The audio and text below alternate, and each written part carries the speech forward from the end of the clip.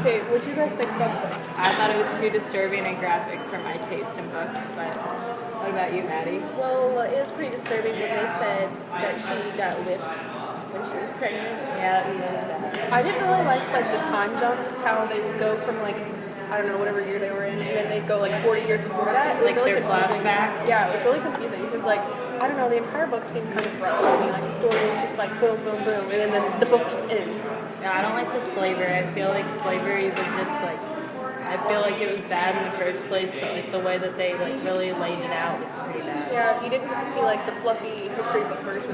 It was just like It was this really happened. graphic. Yeah, this happened. Did you when like the first chapter? I think she was talking about the tree on her back, and like he lifts up her shirt and he's like tracing the.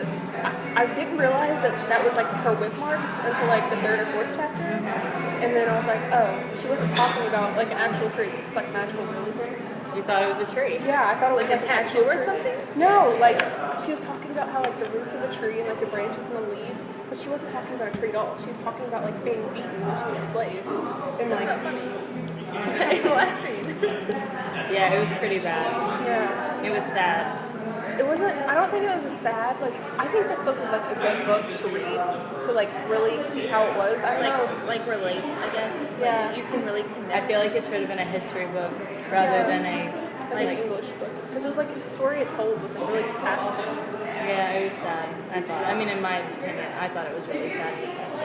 And like then you find out she loses her baby. Like in the first chapter, so much happens in the first chapter. Like you find out she's a former slave.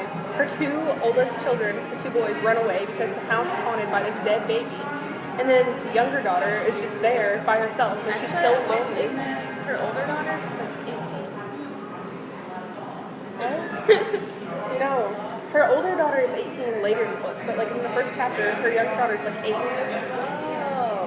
What do you think about the dead baby that's haunting the house? Well, like I it thought doesn't. that was just like, I don't really I thought it gave a good twist. Yeah, it was very dark. And it says like the baby got its throat cut. Like, Yeah. so I guess if I was a dead baby, I would haunt the house too. That's how I feel about it anyway.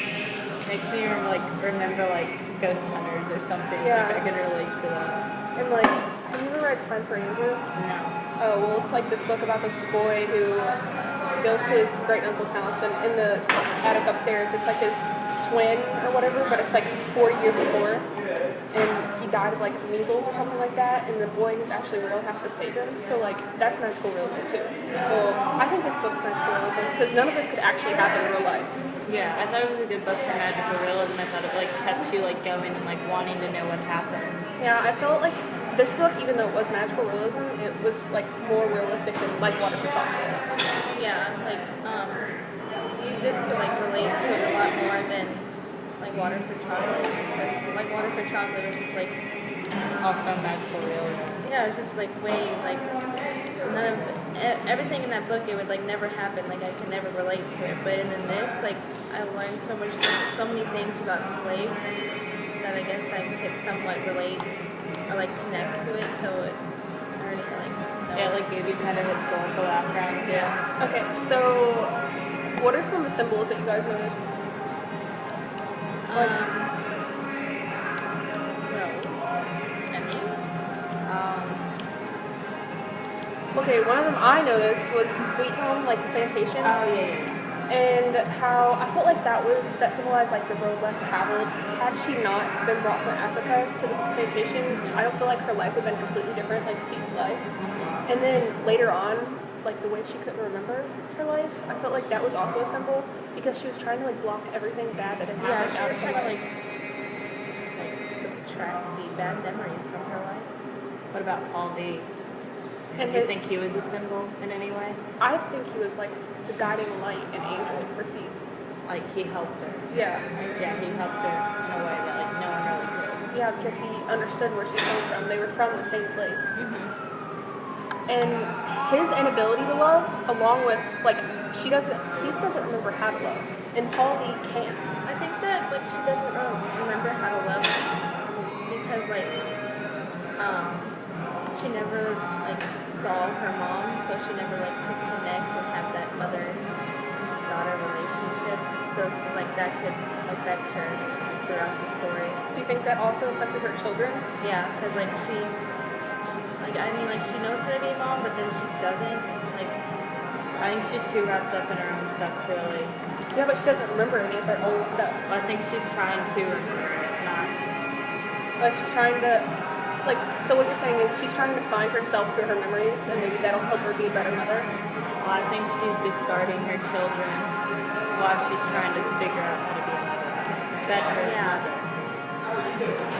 Okay, so later on in the book, Paul D and Denver and Steve are walking back from this festival, and they find a sleeping lady on the patio in front of the house. And they invite the lady in, and it turns out, like, this is just my opinion, I don't know if it's actually true, but I felt like the haunting of the house stopped for a while until that lady came back, and then that lady started tormenting, like, the entire family. Like, Denver was obsessed with her, and then, like, Seek was obsessed with making her happy, and she was terrible to Paul D. Like, she hated they it. were kind of like taking over. Yeah. That woman was taking over like everybody else's like life, I guess. Yeah. So do you agree that that was like the dead baby? Yeah. I think it could be. So like, There's a big symbolize- possibility. that's definitely a big symbol. Like, I feel like once that lady /baby came back, I feel like that's when Seek started really remembering things. So maybe the baby was the key to like the entire thing. The dead baby was the key? Yeah, like maybe through the dead baby, Seek realized, like, came to terms with her anger at her life. I don't know, that's just me. It fits. Yeah. And then, like, the house itself, that was a symbol. The house itself was, The haunted house? yeah, like it represented like malevolence and anger and angst, and the entire community shunned it. Like, no one would go near it. Denver complained how lonely she was all the time because no one would come in the house. Like, no one would go near it. She wasn't allowed to have friends over. Like, no one would come over. And so I feel like, I don't know, that house is a symbol, but I think it could also be a symbol for something broader, like slavery. Like, so slavery, no, like broader for slavery, because everyone in the South, like everyone shunned the idea that slavery actually happened. Like, so after Reconstruction and civil rights, everyone like denies that happened because it was a bad time for America.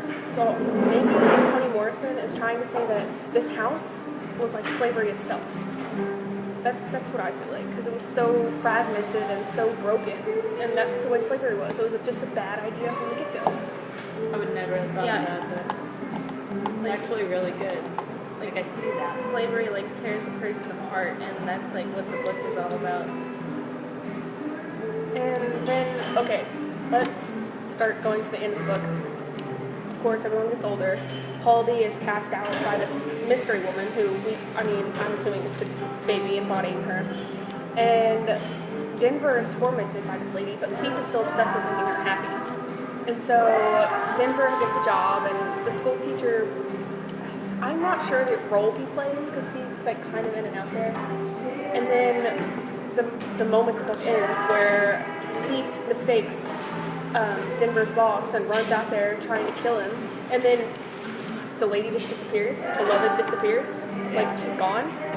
So maybe Seek letting her anger out made her disappear, but we don't get any more than that. Like, she's there, and then Seek runs out of the house, and then she's gone. So what do you guys think happened there? Like, since Seek like just let her anger out, it probably upset the woman. So the woman was just left and didn't want anything to do with Seek anymore.